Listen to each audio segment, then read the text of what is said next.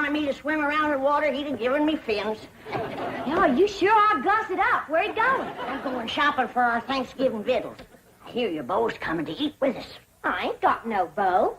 Your pa says so. Mr. Drysdale's stepson. You know, the one they call Sonny. Shucks, I ain't never even seen him. Well, your pa tells it. He's coming to court you and spark you. What does that mean? You don't know what courting and sparking is? No. No, I guess you wouldn't at that. Well, when I get back, you and me better have a little talk. Have you ever been courted and sparked, Granny? Honey? When I was a girl back in Tennessee, I set so many boys' hearts on fire that they took to calling that neck of the woods the Smoky Mountain. Well, see you later.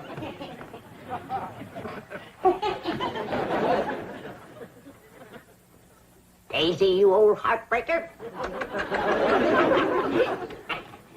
You still got it. That's the truth. Who you stepping out with? Ain't stepping out with nobody. I'm going to the supermarket. What's a supermarket? I don't know. I reckon it's kind of like a general store. But that's where you have to go to buy your victuals out here. And there's some things I need for that Thanksgiving spread. Oh, say, speaking of Thanksgiving, we can use the big fancy eating table. I just finished notching the last pot passer. You think they'll reach? Yeah, I don't know. Let's give them a try. Jethro! Yeah, Granny? You all set to get took to the supermarket? No, not yet. Fetch me a pot to the fancy eating room. Yes, sir.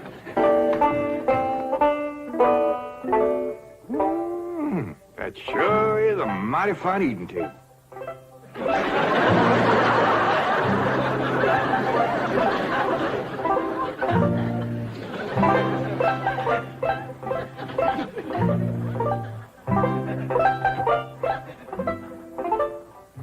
Jethro's fetching a pot. Granny, you gotta admit, folks built this table sure knowed what they was doing. It is built solid. It is that. You could set a half-dozen turkey gobblers on there and never sag it a bit. This here is a dandy idea, especially if you got young ones at the table. The plates won't slip off on the floor. Yeah, I've sure scrubbed up a mess of pone and sorghum. Bet nobody ever scrubbed up none from this floor. There's been plenty spilled on the table, though. Sorghum? Something sticky. I can't get that green tablecloth off there. Save me. Stuck on it? I can't imagine anybody to lay a clean tablecloth on a sticky table. Yeah, Granny, I reckon all women ain't as spick and span as you are when it comes to keeping house. Here you are, Granny. Set it in the middle of the table so we'll see if these pot passers reach.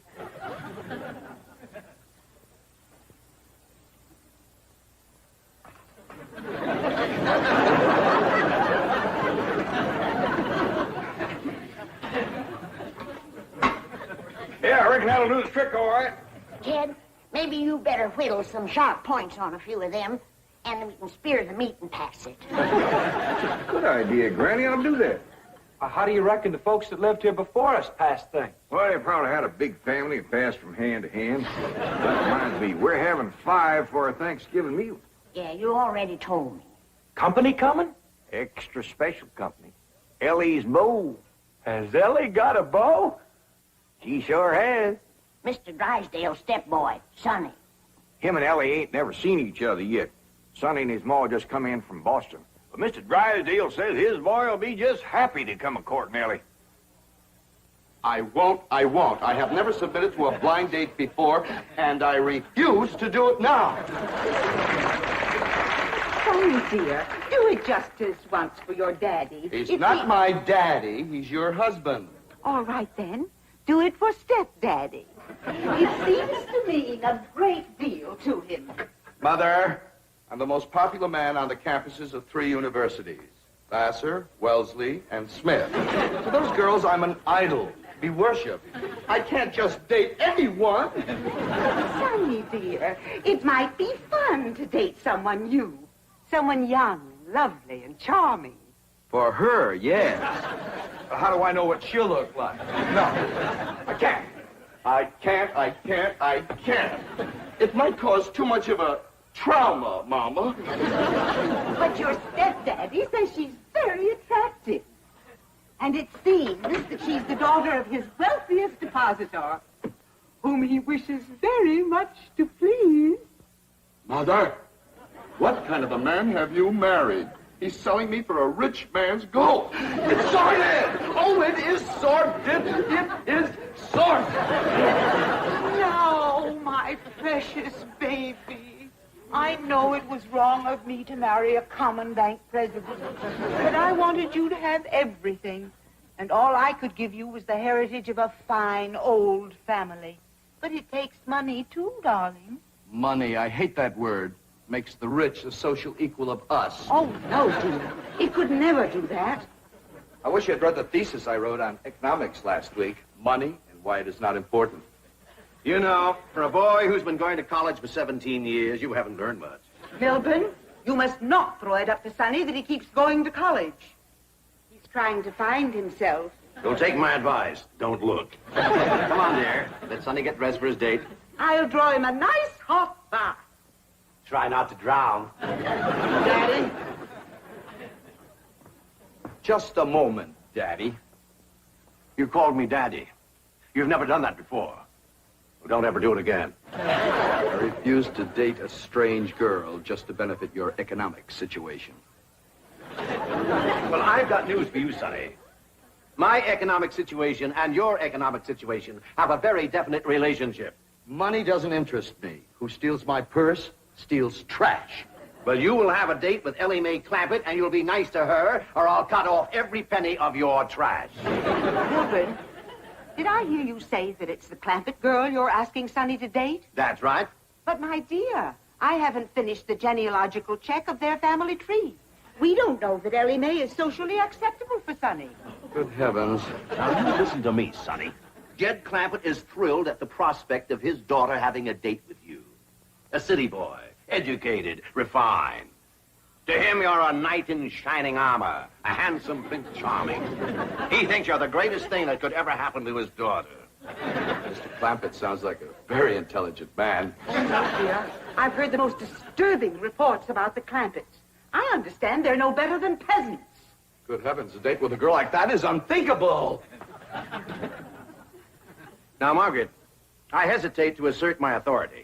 But unless I have assurance that my wishes will be carried out, I'm afraid I will have to... Mother! Dad! Who is that? Who is she? Who is what, dear? That divine creature by the pool next door.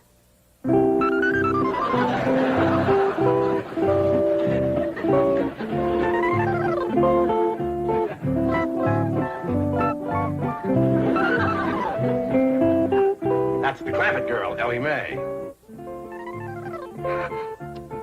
Oh, Dad, you're sensational. Of course I'll date her. Good boy. But, Sonny, she's not a blue blood.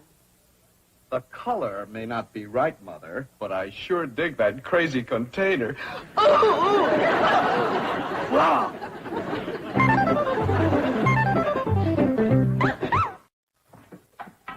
Howdy, Paul. What you doing? Oh, I'm fixing some turkey stickers for a company meal. Oh, say, Ellie, Yeah, Paul. is there anything you don't know about the birds and the bees? No. How come you to ask? Well, I reckon these what Sonny Drysdale's been studying at school. Either that or he's partial to them. How'd you know? Well, when I mentioned to Miss Hathaway that you was going to be keeping company with Sonny Drysdale, she says, Mr. Clampett, she says, you better have a talk with your daughter about the birds and the bees. Shucks, I know all about the little critter. Well, that's what I figured, you being raised in the woods and all. But I didn't let on to Miss Hathaway. I know she's just trying to be helpful. Granny says she's going to have a talk with me about courting and sparking. She is. Well, I'm glad of that, Ellie. I was kind of wondering who was going to do that. Paul, why don't you tell me about courting and sparking? Well, Ellie, that's something that a girl's ma usually tells her about. Well, I ain't got no ma. So why don't you tell me? Well, Granny'll do it when she comes back. Well, what if she don't get back before Sonny Drysdale comes? Then I won't know how to court and spark him. You ain't supposed to court and spark him. That's what a feller does to a girl. How? What does he do? Well, he gets himself all slicked up, shaves real close, shines his shoes, puts on a stiff collar and a clean shirt. And he goes to calling on the girl, toting a nice big store-bought box of candy. Hot diggity dog, I'm gonna like courting and sparking. It's only the courting part. I ain't got to the sparking yet. What's that like, Pa? Well, she invites him to come in the parlor and sit. And they usually sit on the sofa or something, him on one end, her on the other. Yeah? Well, then he goes to carefully, little at a time, scooching down to where he's within reaching distance of the girl. Sonny Drysdale gonna do that to me? He might. And when he does, that's when a girl has got to be careful. Don't you worry, Pa. If that rascal goes to reaching for my candy, I'll knock him clean off of that sofa. Sonny, are you decent? Not me. The devil. Come in. Sonny, you're beautiful. Mother! Girls are beautiful. Boys are handsome. Dashing. Debonair. You're right. I'm beautiful. Well, I just spoke to Jed Clampett. He's expecting you to call this afternoon. Maybe take Ellie Mae for a drive. And tomorrow, they're expecting you for Thanksgiving dinner. 2 days? Gee, stepdad, no girl has ever been exposed to me for 2 consecutive days. What? Well, it may be unleashing forces too powerful to control. What if the Clampett girl gets serious about Sonny? Well, we'll celebrate with the finest champagne money can buy. Oh, no, my baby's not ready for marriage. Margaret, he's 35 years old. I am not. I was a leap year baby. No, I don't know this nonsense. Now, you climb into that expensive sports car I bought you and go calling on that girl, or so help me out. Children, please. Sonny has never been exposed to violence. Even when he was born, I gave the doctor strict orders that he was not to be spanked. Well, it's not too late to start. Now, are you going or aren't? I'm going. I am going.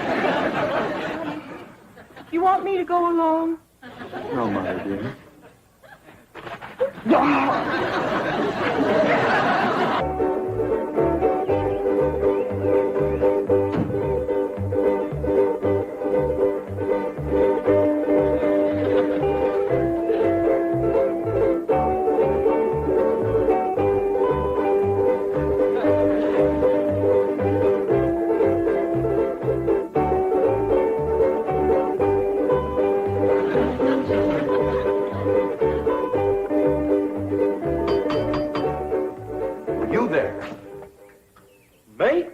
Yes.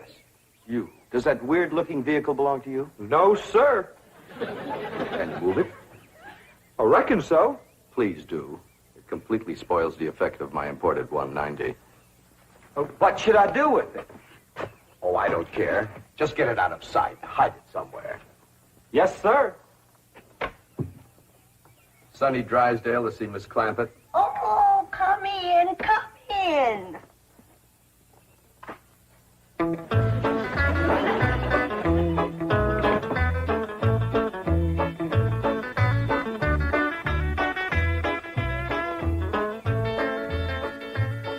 What you doing, Jethro? Trying to find out how to drive this thing. What for? Whose is it? Sonny Drysdale. He asked me to get it out of sight for him. All right. Just trying to surprise Ellie. Where do you say put it? Well, he just said hide it somewheres. Yeah, let's accommodate him. You take the front end, I'll take the back. We'll put it back of them bushes yonder. Okay.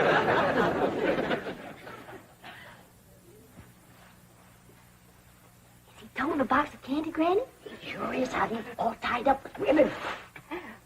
Oh, Ellie, child, you are just beautiful. Shall I sprinkle some vanilla extract on you? Becca? No, I better not. Sometimes that drives them wild. I didn't get to talk to you about courting and sparking. Oh, that's all right, Granny. Pa told me. Oh, all right, now you follow me. Don't be nervous.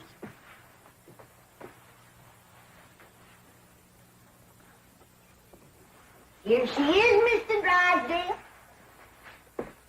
Thank you. You're beautiful. Divine. Never mind me. Say something nice to her. Hold it just a moment. What a vision you are. What a picture you make. From your golden hair down to your...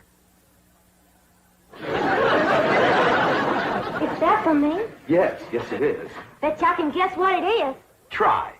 It's something sweet. Exquisitely sweet. Something yummy. The yummiest. Something all girls like. You guessed it, it's me. You can sleep with it under your pillow. You want to come into the parlor? What are we going to do in there? Talk about the birds and the bees. Well, Scooby do. You peasant girls don't beat around the bush.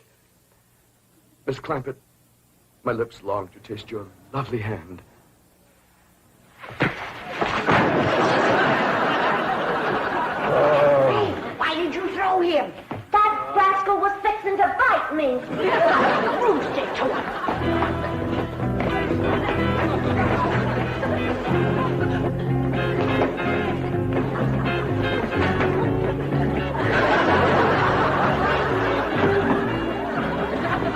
My car, where is it?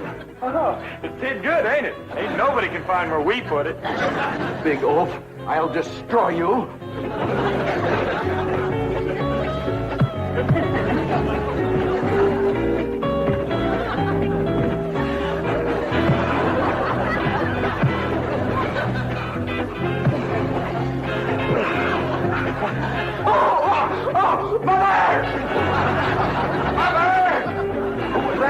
Sunny Drysdale.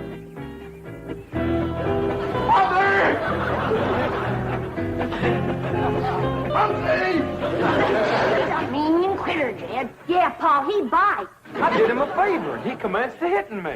I claim us Clampetts have been insulted by the Drysdales. Let's go feud them. Oh, now. Why, we could whoop them with one hand tied behind us. We ain't got no cause to whoop 'em, Granny. No cause. Why, just yesterday I went over there to the Drysdales to borrow a cup of possum fat.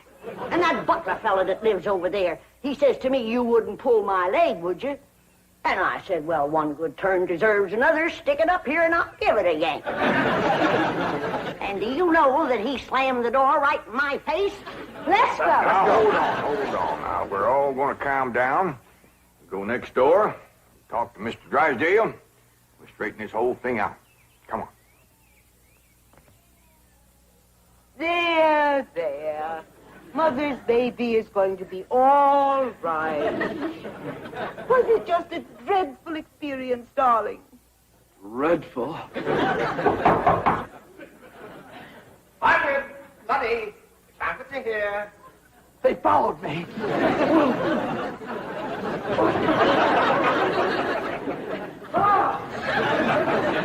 Come in. Where's Sonny? Here I am. Well, we've straightened out the misunderstanding, and now these people have something they want to say. Well, Sonny, I reckon this is all my fault. I'm sorry I wasn't to the door like a proper paw had ought to been. I'm sorry I throwed you, Sonny. And I sure do thank you for that nice picture you gave me. And I'm sorry you hurt your hand hitting me, Sonny. And me and Jethro was sorry that we had the automobile. We towed it back over and set it down in front of your house.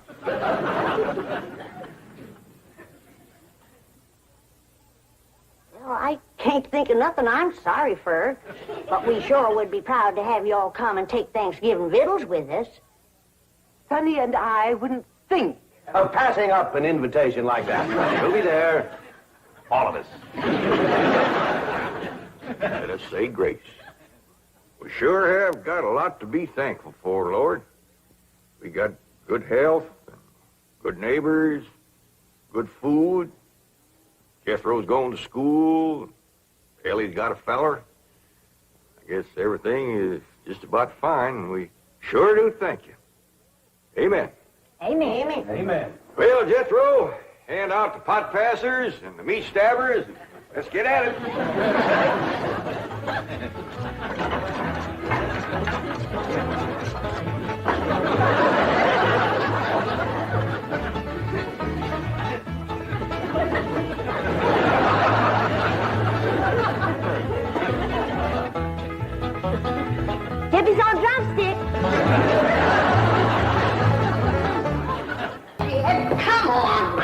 a lot of darn nonsense. Come on, it ain't no such thing. Now, it ain't gonna hurt you none. I got things to do. The first thing you gotta do is sit down here and get your hair cut. My hair don't need cutting. If it gets any longer, I'll have to braid it. Be clear. You fight hair cutting like a steer fights branding. Well, the last time you cut my hair, you did brand me. How did I know somebody poured hot gravy in my bowl? Smarted considerable. Sure plastered your hair down nice, though. No, I might go to selling that stuff. Gravy? Sure made your hair look mighty sprucey. Yes, sir. You were slicker than a peeled onion. Smell like one, too. I'd go to selling that stuff. I could put an ad in one of them catalogs. If you want the girls to stop and stare, put Granny's gravy on your hair. All right, Granny, come on. Let's get on with it. Hey, Uncle Jed, you're getting your hair cut. Thanks for telling me, Jethro. Well, that's all right. Furnace, Jethro. What's going on? Is there going to be a wedding or something? I could be the way that Sonny Drysdale is a sparking Ellie Mae. Oh, he's with her right now, up by the cement pond. I better get right out there and keep eyeing. Now you sit still and leave those young'uns alone. Can't you remember how it was when you was a boy? Yeah. I better get right out there. It's broad daylight. And besides, they swimming. No, they ain't. He's just sitting on the bank, and he's a-holding her hand. What an interesting hand you have. I see a man, a handsome Harvard man. Where? Right there on your heart line. Oh, that's just the one I got from picking up toes. Ellie, you mustn't let horrid, slimy creatures touch you. Oh, heck, you ain't slimy, Sonny. Just a mite greasy from all that oil you smear on yourself. What a precious paradox you are. What a charming contradiction. You look pure Park Avenue and you speak pure Tobacco Road. That good? Good, it's fascinating. You're a challenge to me, you child of nature. You are the raw clay from which I will mold a perfect woman, worthy of a perfect man. Me. You know Shaw's Pygmalion? I don't even know Shaw, let alone his pig. Oh, you woodland sprite! You forest little bird. You are so refreshing after all those intellectual types of Vassar and Wellesley. You make me feel superior. That good? Good? It's divine.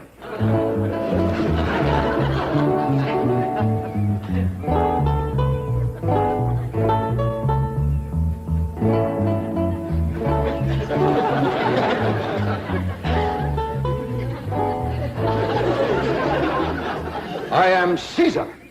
You are a fair-skinned captive, a barbarian slave. Shall I drag you through the streets of Rome behind my chariot? Or shall I throw you into the arena with my lions? No, Caesar has other plans for you, my little savage. You shall be my slave, yes, but only the invisible bonds of love shall make you my prisoner. Come, I shall strum upon my lyre and recite odes to your beauty. What say you to that, fair maiden?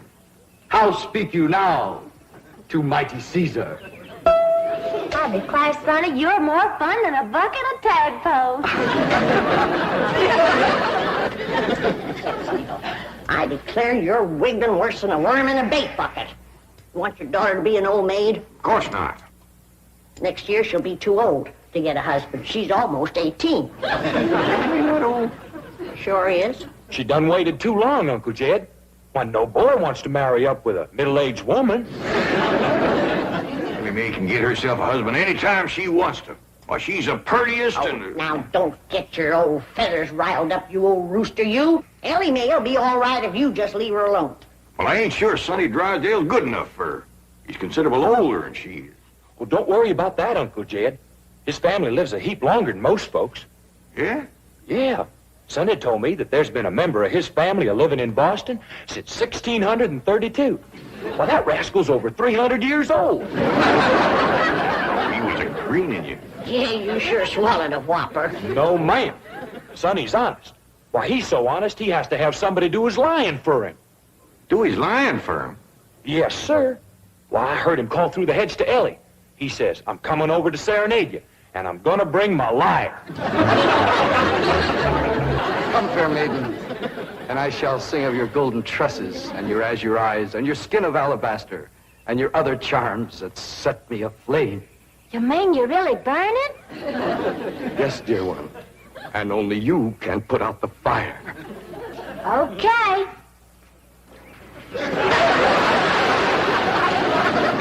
How's that, Sonny? You feel better now?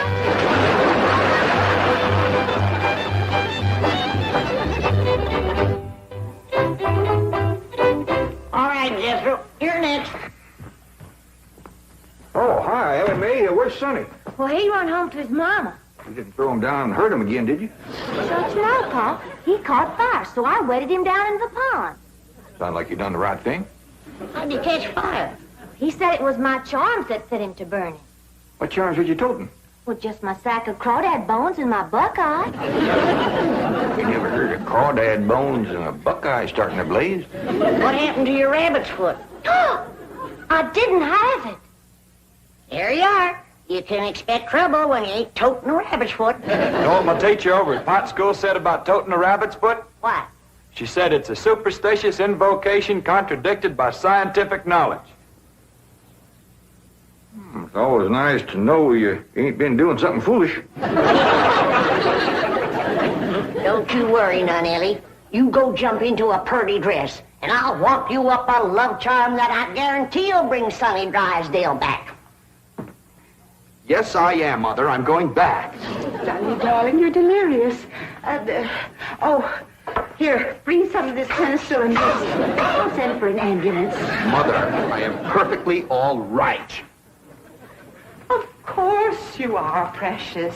A nice rest in an oxygen tent is all you need. I don't need an oxygen tent or an ambulance. All right, just relax.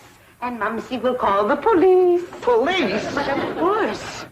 I mean to have that violent, dangerous girl arrested for attempted drowning. Mother, you will not call the police. I'm going back there right now to see Ellie Mae. Ah, darling, that's very brave of you, but you're in no condition to make a citizen's arrest. Mother, I'm not going to arrest her. I want to help her, to work with her, to tutor her. What? She's like a wild, wonderful jungle cat, and I'm going to tame her. Sonny, you are delirious. I'll call the doctor. Mother? My mind is made up. That girl needs me. For the first time in my life, somebody really needs me. I need you. The whole world needs you. Ellie Mae Clampett needs me, and I need her. I'll be her Pygmalion, and she'll be my Galatea. Sonny, you're not becoming emotionally involved with that creature. She's not a creature, Mother. She's a girl. A wild, wonderful, beautiful, ravishing girl. Yes, I am becoming emotionally involved. I forbid it. She's not socially acceptable for my baby. Mother, I'm not your baby anymore. I'm a man in search of a woman.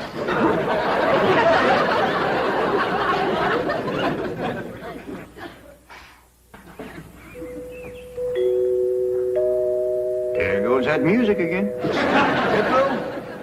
Did you ever find out where that's coming from? No, sir, I didn't. Every time I went to looking for it, somebody always come to the door. This time I'm gonna find it for sure. You see?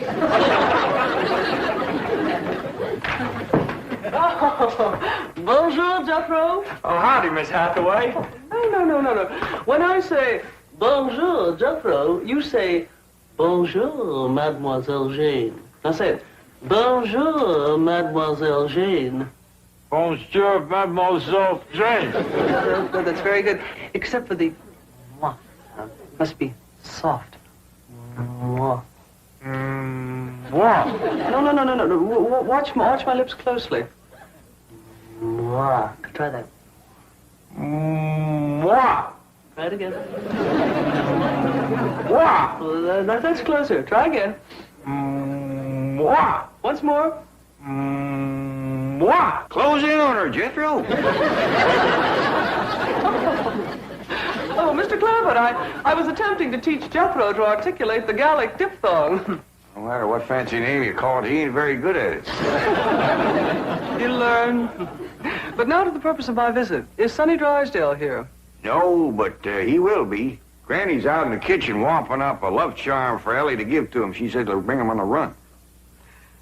Mr. Clampett, I am reluctant to disillusion you about so-called love charms, but they are mere superstitious invocations and have been proved to be completely ineffective. Granny sets great store by him.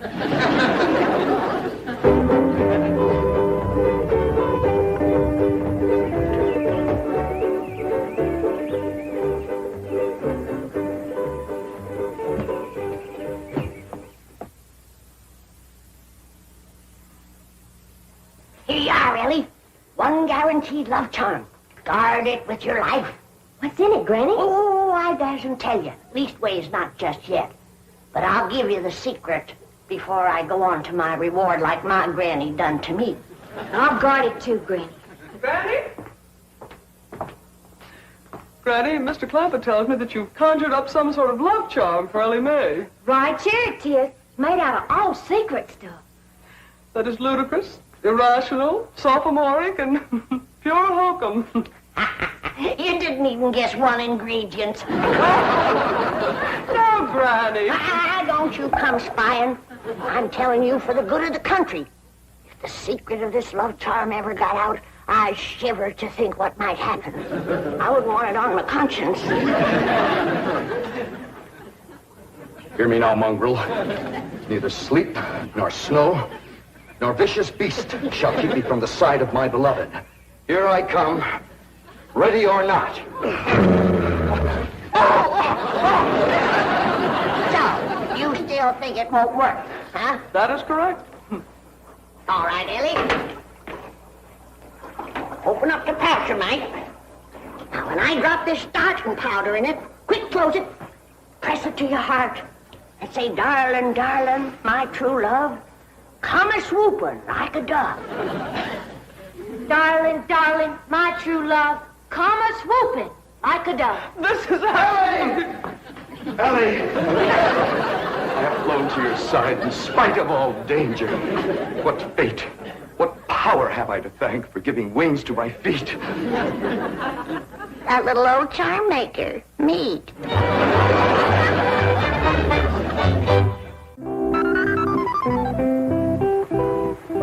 And now we shall begin the transition from Tobacco Road to Park Avenue. Now you watch me closely and I'll show you how to develop perfect posture and grace of movement. Ah, Kipling.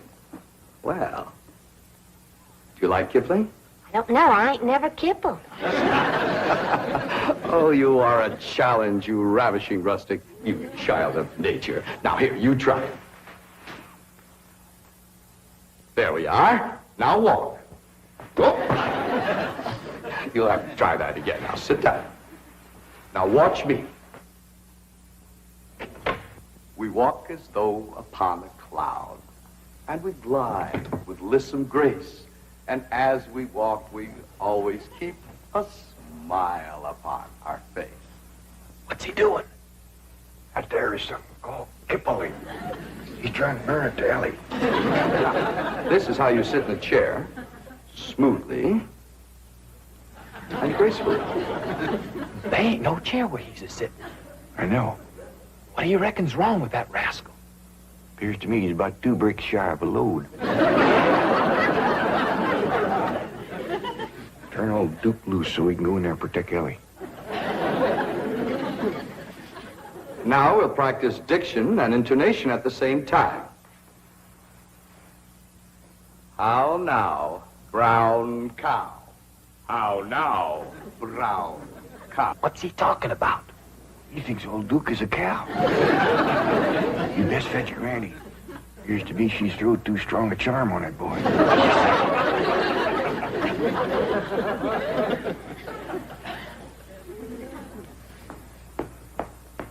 There you are. One guaranteed charmer. Now, you hold the bag while I sift in the starter. I know this is all a lot of absolutely ridiculous nonsense. Please hurry.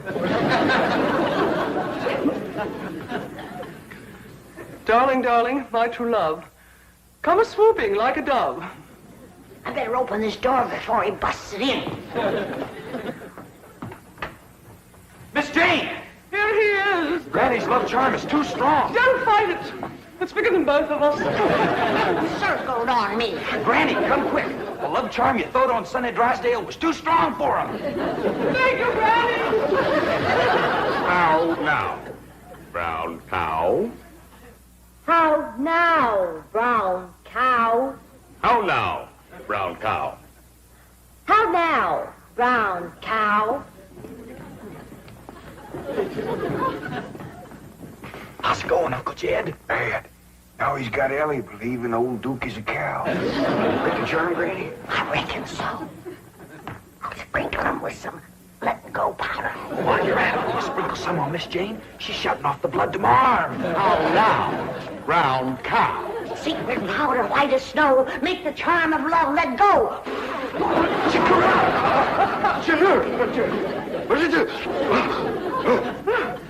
The spell is broken.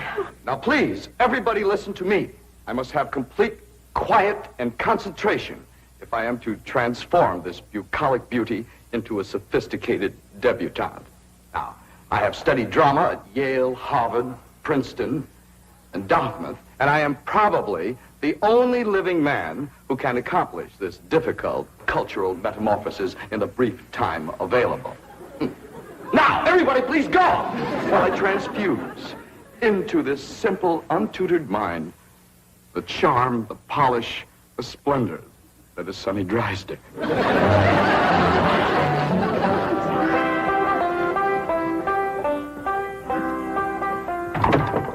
Jed? Hi, Granny. Is Ellie and Sonny still in that room alone? It was the last time I was listening, a couple hours ago. They was talking about the rain in Spain, a land in the plain. Well, I guess he can't be up to no nonsense if they're talking about the weather. Doggies, I can't wait to see Ellie all polished up and talking like Sonny and Miss Jean. While you're waiting, I got something for you. What is it? A love charm. What in the Sam Hill I want with that? It ain't what you're wanting, it's what you're getting, a woman. And it's high time you got one, being a widower.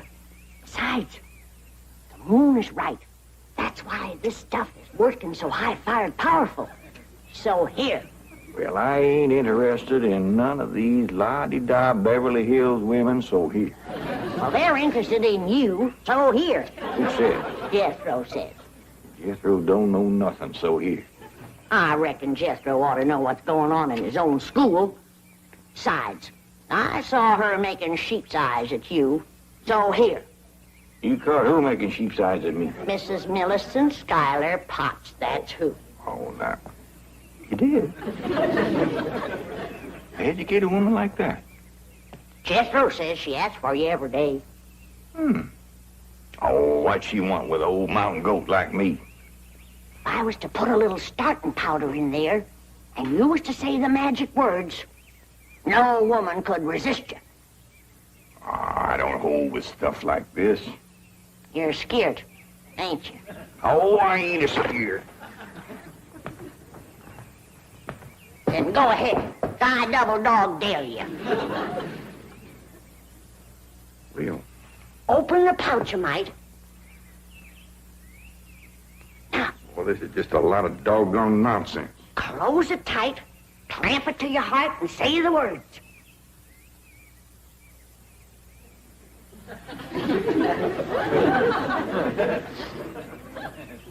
Darling, darling, my true love come a-swooping like a dove. Where is he? Where's my dog? It's Mrs. Drysdale. Where is he? Oh, where is he? Oh, I tried to stay away, but I could not. He's mine, and no other woman shall have him. Drysdale, you're a married woman. Think of your husband. Care about my husband. I want my darling, and no one is going to keep me from him. I sure hate to have to do this, but... Sonny, where are you, Sonny? He's inside with Ellie Mae. Now, if you just calm yourself down, I'll go and get him. Keep it coming, Miss Johnson. Howdy, Ma. Was you a-hollering for me? They brainwashed you.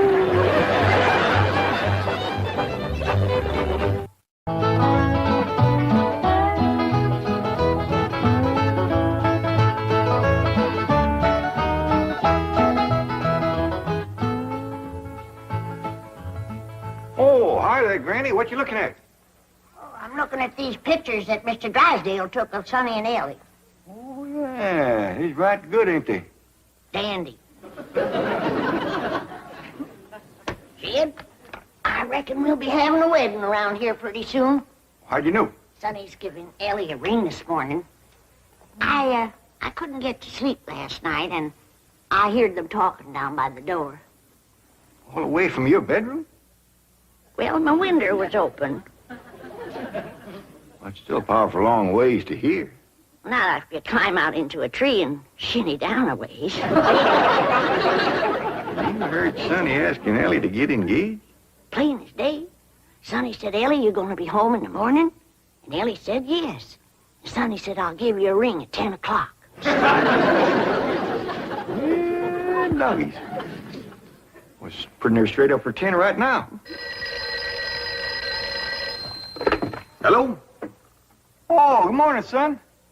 Sonny? Yeah, Ellie's here. Why don't you come on over?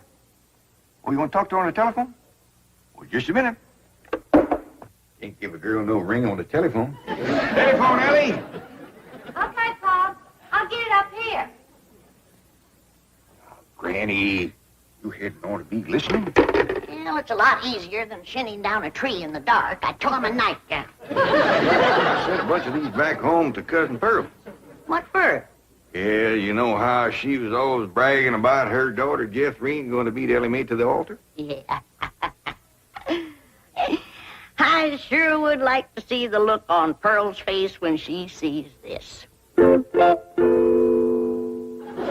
Jeffreen, look at this. And I always bragged that you could beat Ellie Mae to the altar. I can, Ma. I can outrun Ellie Mae. My legs is long. Look, we gotta get busy. Now, what time's that Jasper fella coming to court you? 6 o'clock. He's taking me out in his car. Oh, no, he ain't. He's courting you right here in my parlor where I can see to it that he gets to the point. Well, that's where he's taking me, Ma. Perkins Point. There's the barn dance there. I'm talking about the point of proposing to you. Don't you want to get yourself a husband? Yes, sir. Jeffreen, why couldn't you have been born with some of my brains instead of just my beauty? Of course, I gotta admit that you ain't quite as pretty as Ellie Mae. I ain't even as pretty as her fella. You are so.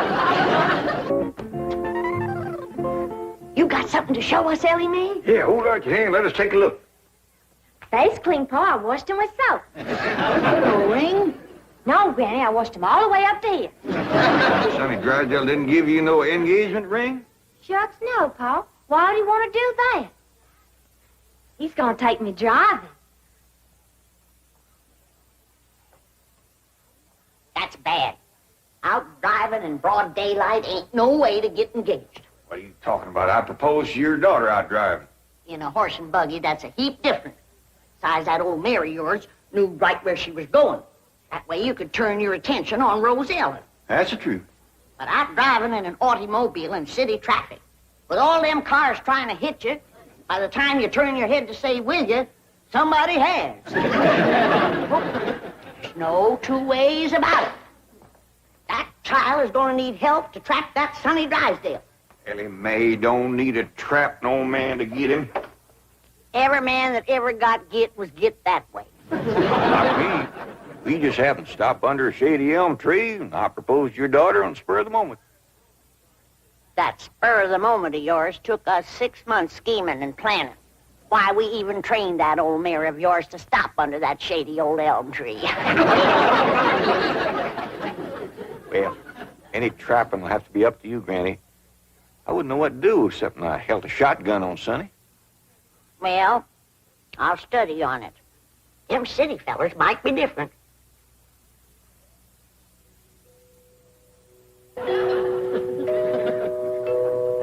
Jed, you reckon we'll ever find out where that music comes from? Oh, I reckon if we keep a looking.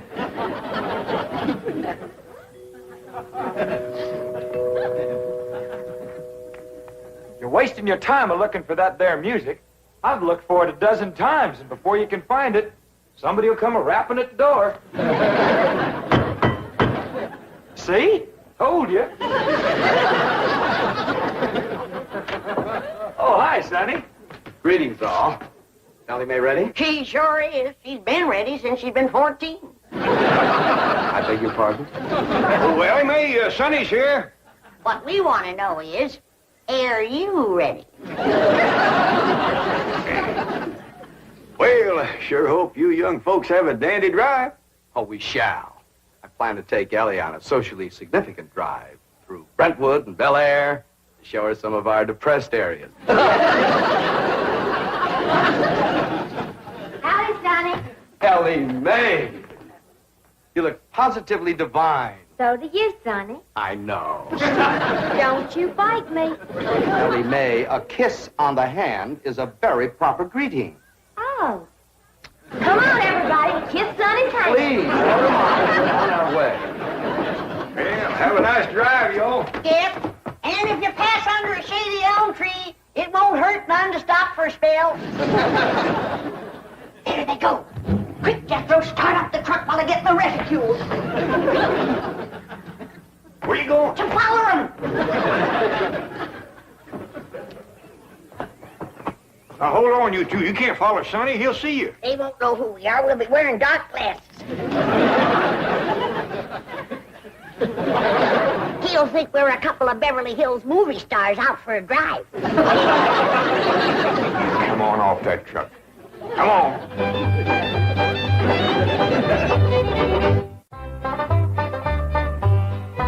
Jeffrey, did you pour the fudge out to cool?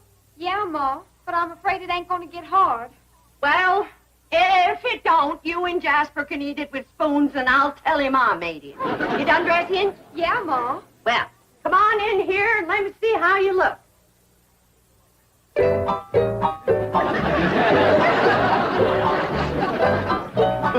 Turn around, let me see your sash. You do get the bow straight. Now, I want you to bring out them pillowcases you've been embroidering for your hope chest. The ones with his and hers worked in French knots. Never hurt none to let a beau see you're handy with a needle. But I ain't. I always stick myself. Well, if you do, don't bleed on the pillowcase where he'll see it. Now, when you show him the stereopticon pictures, these is the ones I've picked out for you. They'll put him in the right mood. Niagara Falls by moonlight, Wedding under the Bower, The Stolen Kiss, Lily and Russell in tights. Oh, never mind. Now, what are you going to play on the pump organ for him to show off your music talent? How about Russell O'Spring? That's a dandy, full of runs and trills. And then there's the part where you cross your hands. Oh, I tell you, Jeffrey, that's one place you got it over your cousin Ellie Mae, playing the pump organ. Them hands can stretch pert near 2 octaves. And them feet is made for pumping. Well, it's almost time for Jasper to get here. How do you feel, darling? I feel like I'm gonna throw up. My baby shoes. Aren't they cunning? Awfully stiff. I don't see how you ever walked in. Mother had them bronzed. Didn't help much. They're still stiff. What's this thing? Oh, that's my teddy bear. His name is Pooh. Would you like to kiss him? Well, not especially. I guess you'd rather kiss me. I'll kiss the bear. Oh, I guess you're not in a very romantic mood. A little music will remedy that. Like to dance? I ain't never tried. Well, you're in for a divine experience. I'll teach you. Now watch.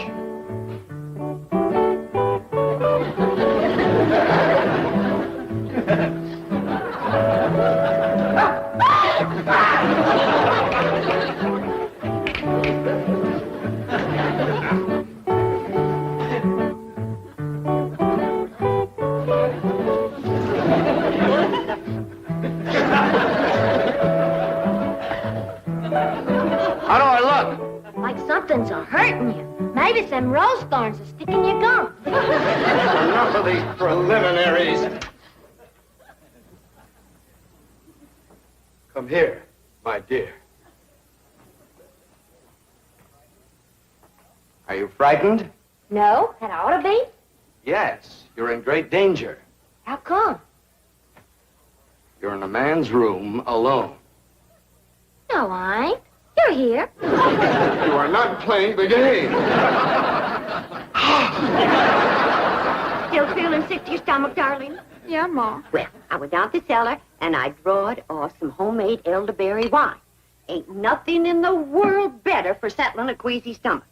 Of course, according to the rules, you shouldn't touch spirits till your wedding day, but I guess in case of an emergency, a little swallow won't hurt.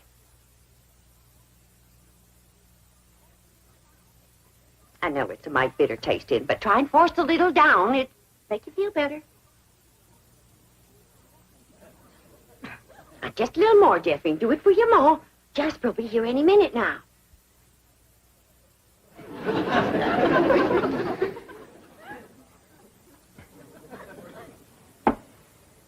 Even better? A little. I've got it figured how we get you to play the pump organ for him. I know just what he'll say when he walks in, because everybody does. He'll say, "Why, I declare, that's a mighty fancy pump organ you got there." And I'll say, "Why, thank you. I'm mighty partial to pump organ music." And then you say, "Why, I'll play something." And then you sit down and you play like you never played before. You understand? Yes'm. There he is. You ain't gonna throw up, are you? I'll try not.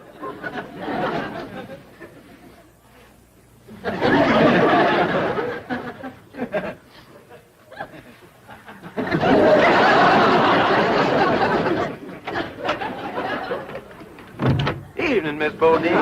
Why, Jasper Depew, what a surprise. Catherine, honey, look who's here. Evening, Jethrine. Jeffrey's had a little nervous upset. I reckon it's the strain of all those beaux that come a-courting. I swear I gotta sweep them out of this parlor every day. Hey, that's a mighty fancy pump organ you got there, ma'am. Why, thank you. I'm mighty partial to pump organ music. In fact, I'd just love to hear some pump organ music right now. I'll play you some, ma'am.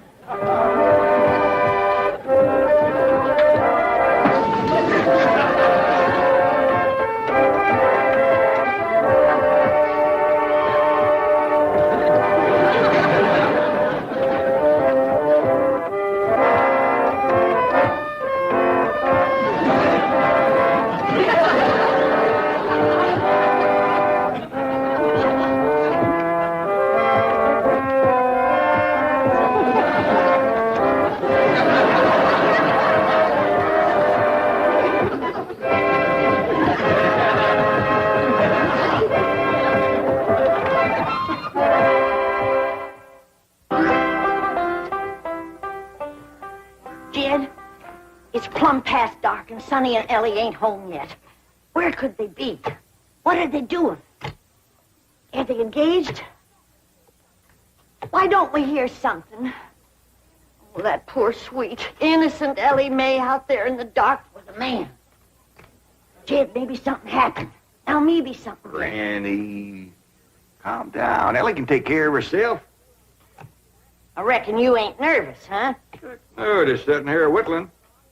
Well, what you're whittling on used to be the arm of that chair.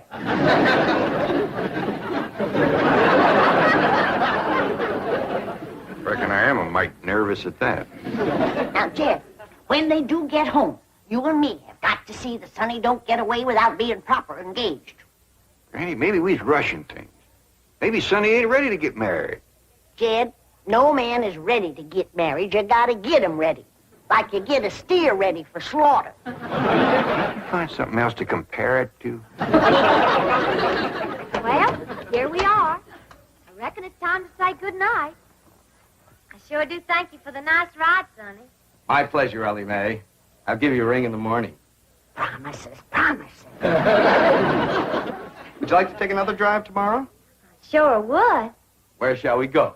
To the preacher. Any place you say, Sonny. Well, see you tomorrow, then. Oh, here comes the bride. Here comes the bride. Howdy, Granny. Well, then, sakes, look who's here. Ed, come say hello to Sonny. Don't bother, Mr. Clampett. I'm leaving. I'll show you a shortcut.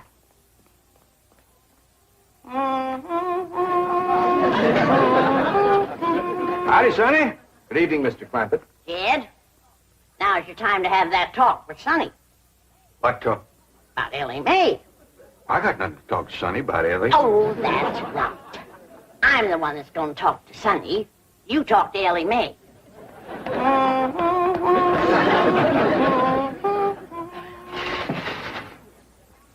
Did you have something to tell me, Paul? Well, I hadn't planned on it, but maybe now's a good time. Sit down. Ellie, Yeah, Paul? women folks like your granny, your Aunt Pearl, seem to set great store by matchmaking. They just can't rest easy till everybody's paired up, and the sooner the better.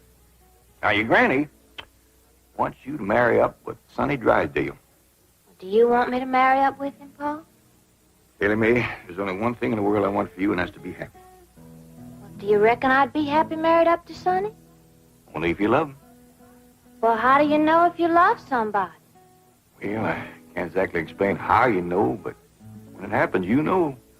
You don't need nobody to shove you. You just can't wait to get married. Now, do you feel that way about Sonny? Well, I ain't sure. Do you reckon he feels that way about me? Now, tell me, how do you feel about getting married and settling down and raising a family? I find the notion completely repugnant. That's good. That's good. One man who simply cannot be monogamous. Fine and dandy. Tell me, how do you feel about Ellie? I find her beautiful, charming, refreshingly different, but somewhat lacking in the social graces. What's that mean? Well, for example, she can't dance. Ellie Mae Clampett? Why, she's got dancing in her soul. I'm her grandma, and I want you to know I was the best doggone dancer that ever came out of the Tennessee hills. And her pa can outstomp a riled-up mule. Come on, city boy. Us Clampetts is going to set your shoes to smoking. By the way, you young people can dance if you like. Not me. I'll go for some of that fight.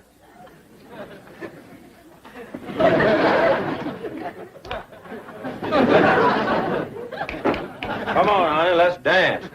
I'll turn on the Victrola for you. Come on, sweetie, let's dance.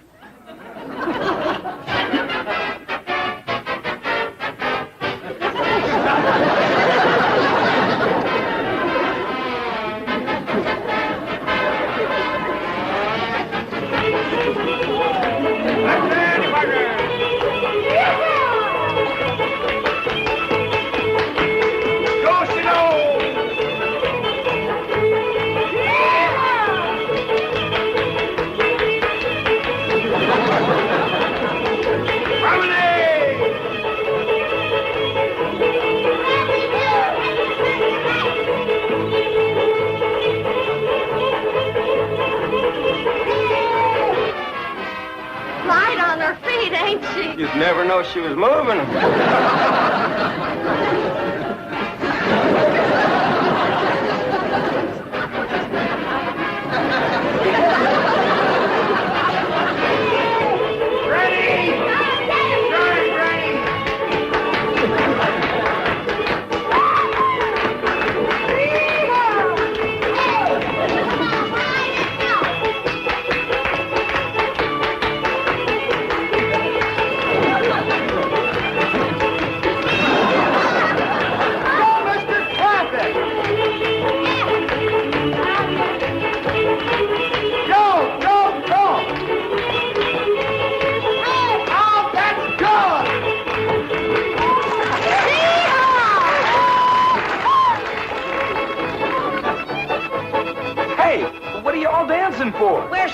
and your cousin Ellie Mae getting married. Is Ellie getting married? She sure is. Really?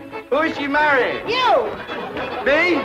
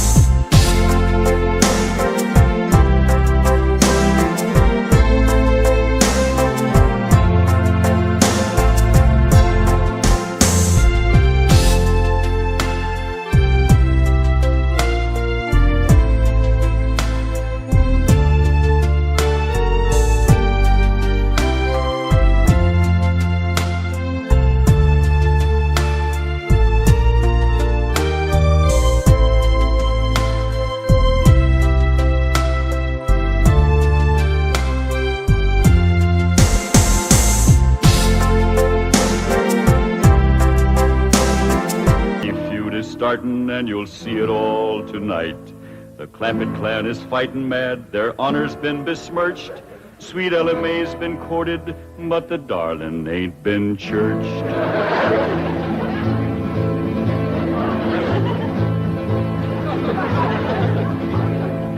It was young Sonny Drysdale that courted her and fled, and now the Drysdale family will feel hot Clampett lead.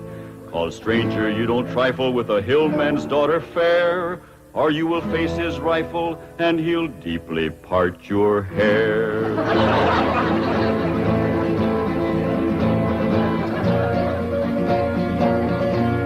Now here's the handsome rascal that started this here feud.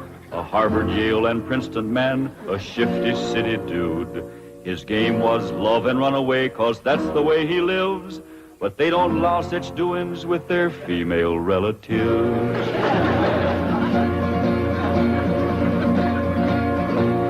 So now they're on their way next door, loaded up for bear. And if my name was Drysdale, I'd be getting out of there. 'Cause mountain justice does demand that when a wrong's been done, the kin of him that done it must also face a gun.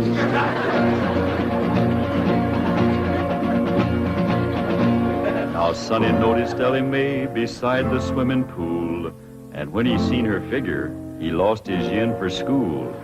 He wrapped himself up in a towel and played upon his lyre, and while he twanged, the songs he sang did set her heart afire.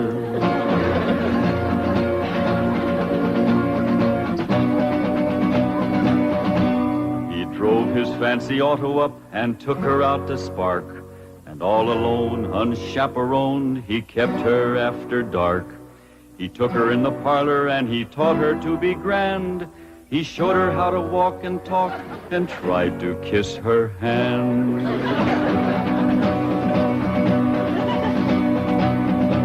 He took her to his private room to see his loving cup. And a man that wins a prize for that ain't on the up and up. He wooed her with a tango and a rose betwixt his teeth, a smiling on the outside, but a leering underneath.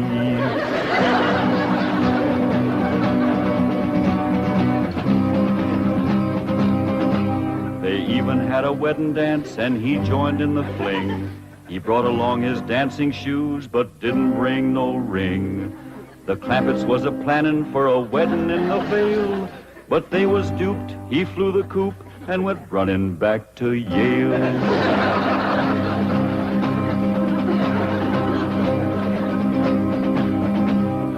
And now the Clampett clan is here to even up the score. I wouldn't want to be the man who opens up that door. You'll have to face their fury, on revenge they are intent. And if his name is Drysdale, his life ain't worth a cent. It's that butler fella. When will you Clampetts learn there are no possums to hunt in Beverly Hills? Ain't possums we's after, it's Drysdale. Well, they're not at home. Mrs. Drysdale returned to Boston with Sonny, and Mr. Drysdale's at the bank. Let's shoot him. There ain't gonna be no shooting unless it's talk first.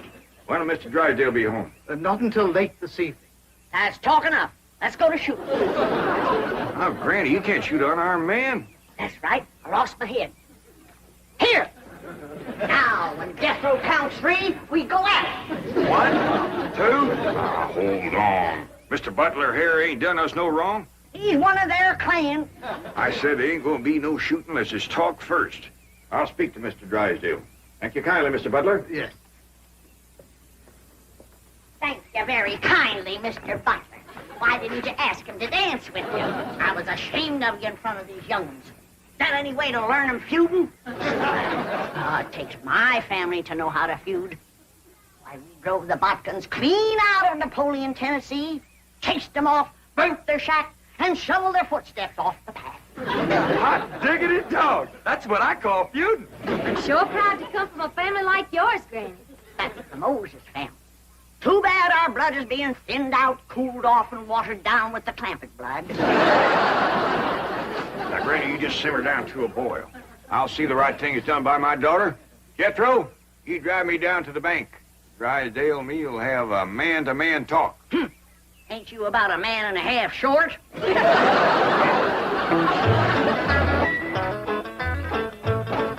Now, you wait here. I'll go and see Mr. Drysdale. You flush him out, Uncle Jed. I'll get him on the run. Now, who told you to bring that? Granny, she says there's got to be one fighting man in the family. You just drive around a while and cool off. Pick me up here in about a half hour. Okay, Uncle Jed.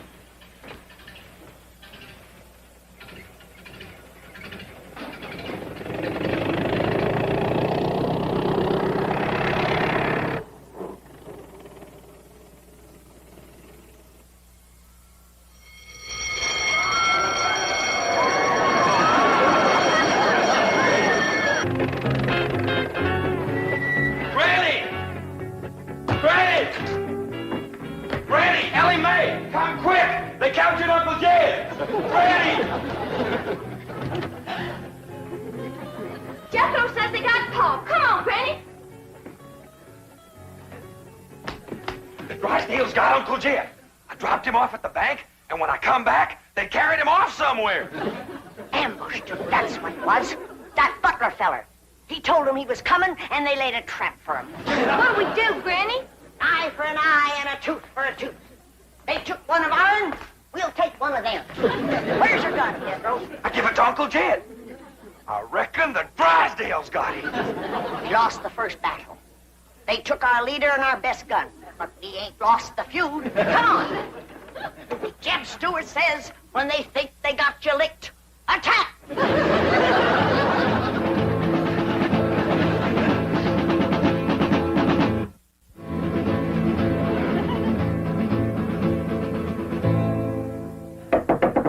Now, Jethro, when he opens the door, you grab him. Ellie, hold his gun. Yes. Okay, Granny, let's go. Cut me down. Put her down, Jethro. We don't want her. Who don't? We don't. What's going on? There's a feud going on. You know something, Ellie? Feuding's fun. Jethro, put her down. They got one of our men folks. We're going to take one of their men folks. How about we take her along as kind of an extra? No, not unless they captured one of our women folks. Ellie Mae, you go in there and surrender. I ain't gonna do it. Jethro, put her down. How about I towed her as far as home and then let her escape? A little at a time. Wait, what's the meaning of this? He's the one we want. You towed him, Ellie. My arms is full. Jethro, put her down before I take you to the woodshed. You look awful busy, Granny. Maybe I should go to the woodshed and wait for you. I think I better call the police. Stop in your tracks while you're able to make them. Now you turn around. Walk towards our house. I refuse to take one step. Now, you want to walk or you want to limp? You better run and telephone the police. Never mind her, Jethro. Shoot the telephone wire.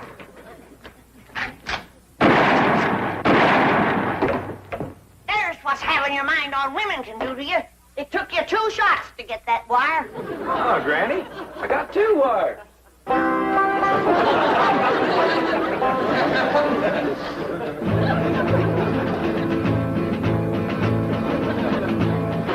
I keep telling you and telling you, I got $25 million in Mr. Drysdale's bank. No, you didn't. They caught you before you got a penny. You're patient, Doctor.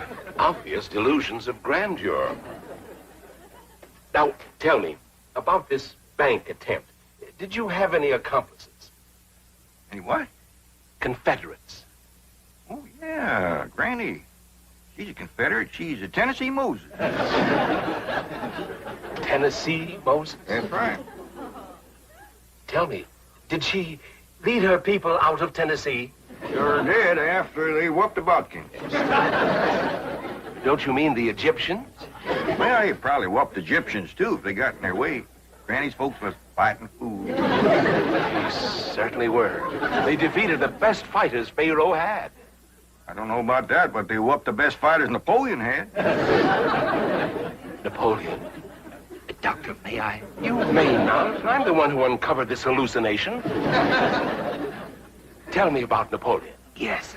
You say Granny's folks won that fight? Sure did. Over Napoleon? Oh, yeah, they tromped all over Napoleon. Fabulous. But how were they able to do it? Did they fight with superior weapons? Oh, they fought with bodkin. I see. And Napoleon didn't have any bodkin? Not after Granny's folks got through with him, Napoleon didn't have a bodkin left. I remember the last day of the feud, they got Leif and Luke and Odds. Odds? Odds bodkin. Please. Just for a minute. Perfectly safe to look out through the bars. After all, it's Mr. Clampett. What the world?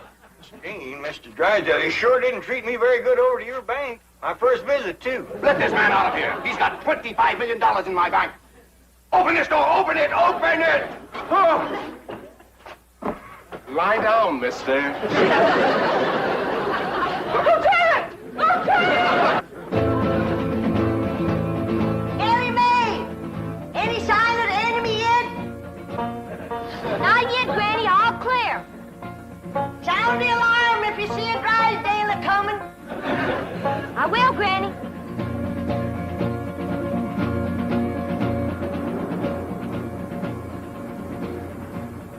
You see, all my employees are trained to be on the lookout for bank robbers. So, naturally, when they saw you walk in with your rifle, their first instinct, it appeared to them that was just... Well, you're not mad, are you, Mr. Clampett?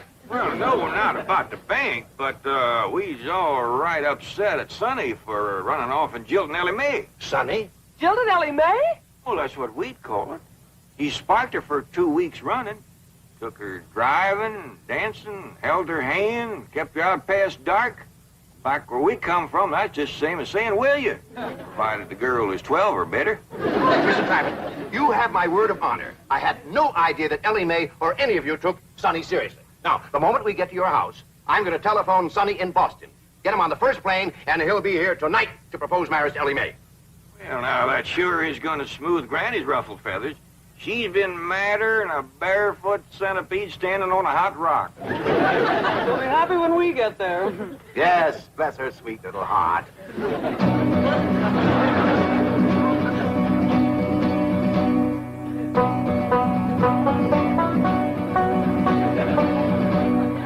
Granny, I see him. They's coming. How many is they? Miss Hathaway and Mr. Drysdale. And they's holding Pa prisoner. Come on down. We'll stop them at the gate or blast them at the barricades. Careful! They's a-coming! Get ready to do battle!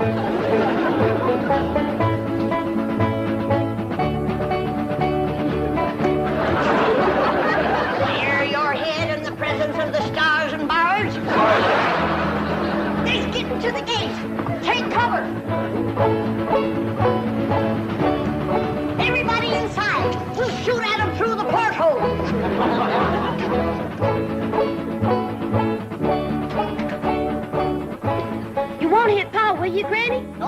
honey. I can hit a new-laid egg out of the nest without budging the hen. Copy, Kate.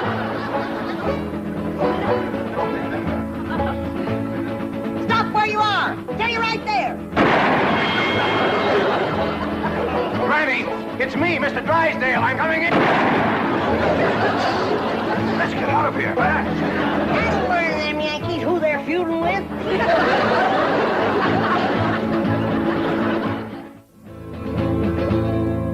Now here's the Drysdale mansion where he's fleeing like a rat since Granny put a bullet through his $20 hat. But even here, he can't escape the scourge of Tennessee, 'cause she's got Ellie spying from the tip-top of a tree. Granny, they took Pa over to the Drysdale's house. Come on down. We'll go get him.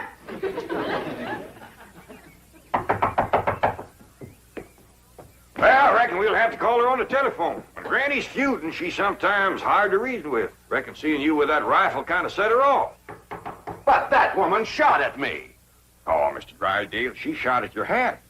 If that little old woman ever goes to throwing lead at you, you'll be casting a polka dot shadow. Marie, Ravenswood, why don't you answer the door?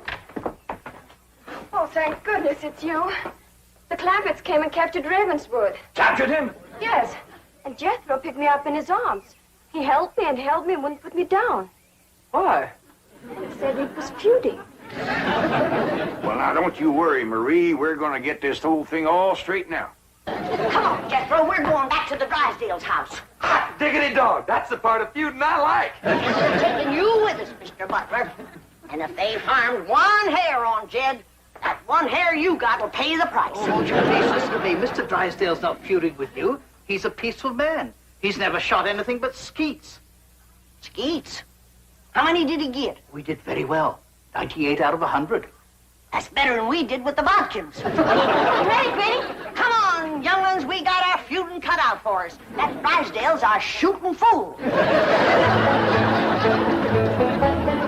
Now, Ellie Mae, you carry the flag high and proud. If they shoot you, don't you let it touch the ground. Throw it to Jethro as you're falling. I'll do it, Granny. What'd you do that for? If there's any long-range shooting, they'll think he's one of us and drop him first. Forward! March!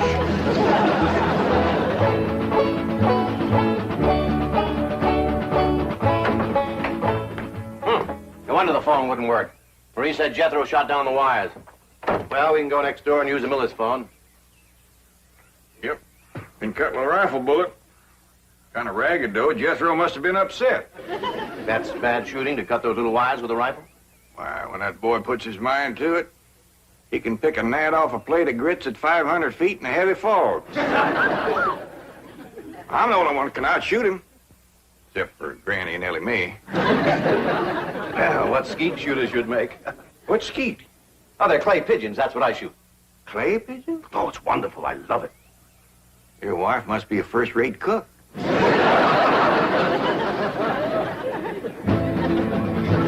Now here comes Granny's little band to free their leader, Jed. And anyone that blocks their path might just as well be dead. For though their numbers may be small, the flag that leads their way is the flag that led Pickett's charge at Gettysburg, PA.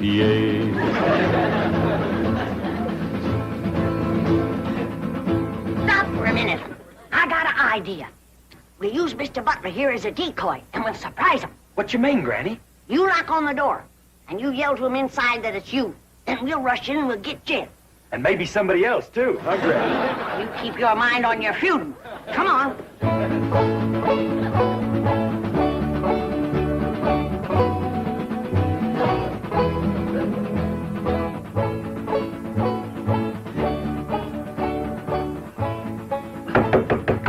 It's me, Ravenswood. Open up.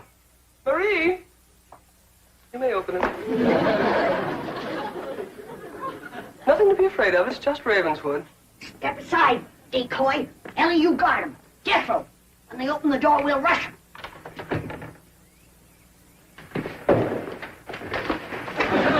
Yeah. Where's Jed? What'd you do with him? Talk fast. Oh, he's not here. He's next door with Mr. Drysdale. Search the house, Jethro.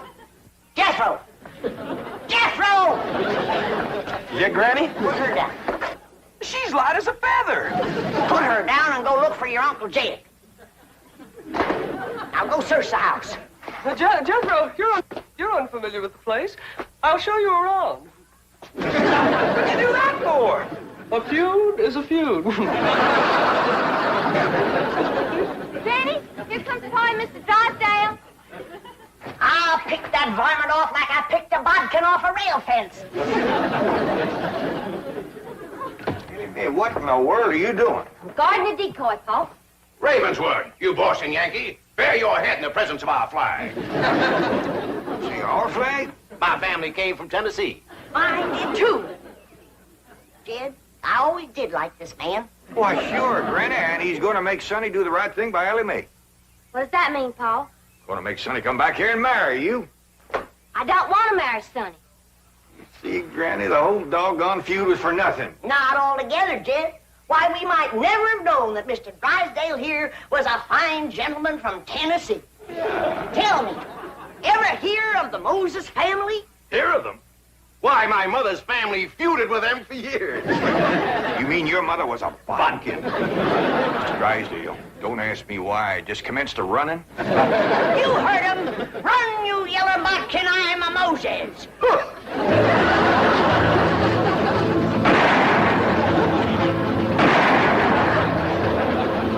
For a city feller, he sure can run. Like a scared rabbit.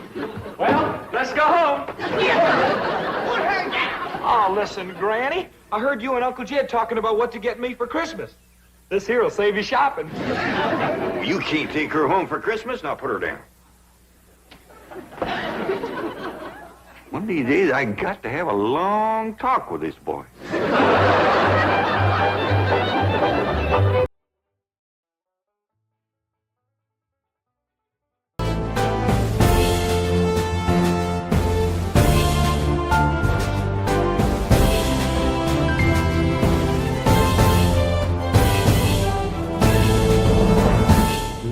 Chuyện chúa và chuyện chúa ban dòng chuyện